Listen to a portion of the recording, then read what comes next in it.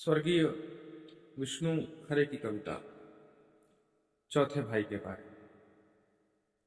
शायद यह 1946 की बात है, जब हम तीन भाई घर में पड़े रामलीला के मुकुट पहनकर खेल रहे कि तब अचानक बेहल होकर हमें बताया गया कि मेरे और मुझसे छोटे के बीच में तुम भी थे, और यदि आज तुम होते तो हम चार होते, राम, लक्ष्मण, भरत और शत्रुघ्न की तरह।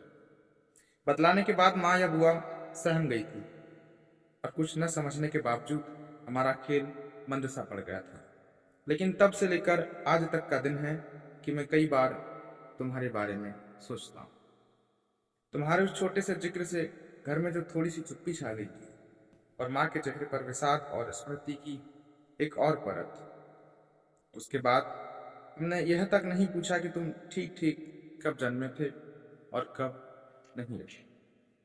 तुम्हारा कोई नाम रखा गया था या नहीं? तुम्हारी मौत की वजह क्या? सच तो यह है कि मुझे यह भी नहीं मालूम कि तुम सिर्फ एक भ्रूण थे या उस माँ का दूध पीते हुए। तुम कभी उसकी आंखों में मुस्कुराए थे, जो वैसे भी तुम्हारे जन्म से 4 वर्ष बाद नहीं रहने वाली।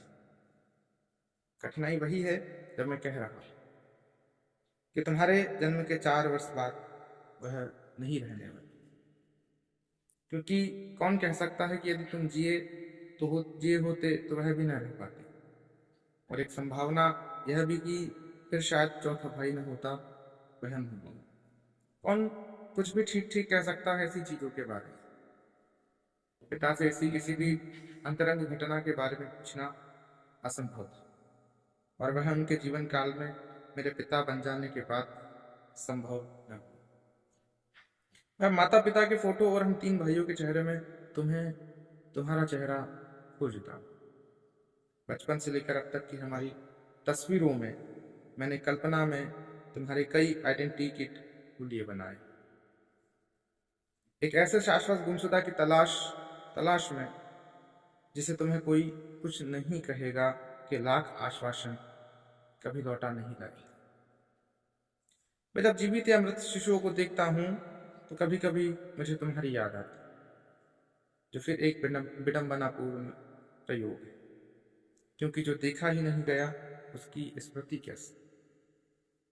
फिर भी ज्ञात से अज्ञात को पहचानने की कोशिश में मैं जानना चाहता हूँ, क्या 2 साल के मुझे तब तुम्हें कभी छूने भी दिया गया?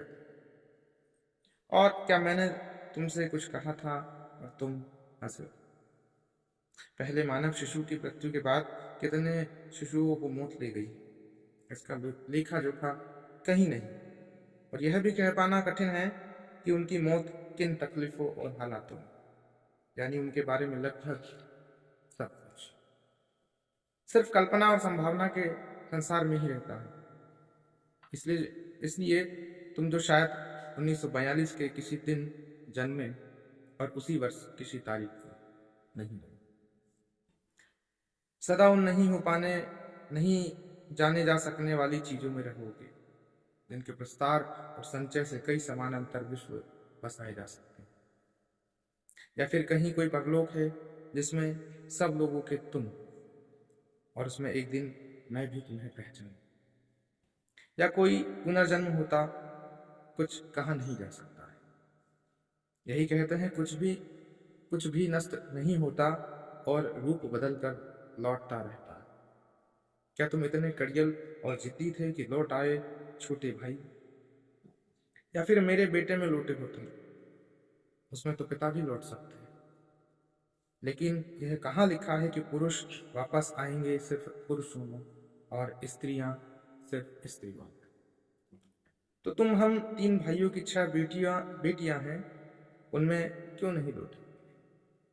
भले ही उनमें से 3 को माँ और दोनों बुआ ने अपने घर लौटाने का बहाना बना दिया है, और यह भी कहाँ लिखा है कि तुम लौटोगे सिर्फ हमारे यहाँ।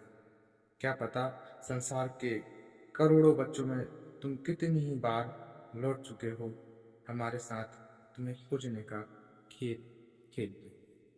बहुत सारा अक्षर।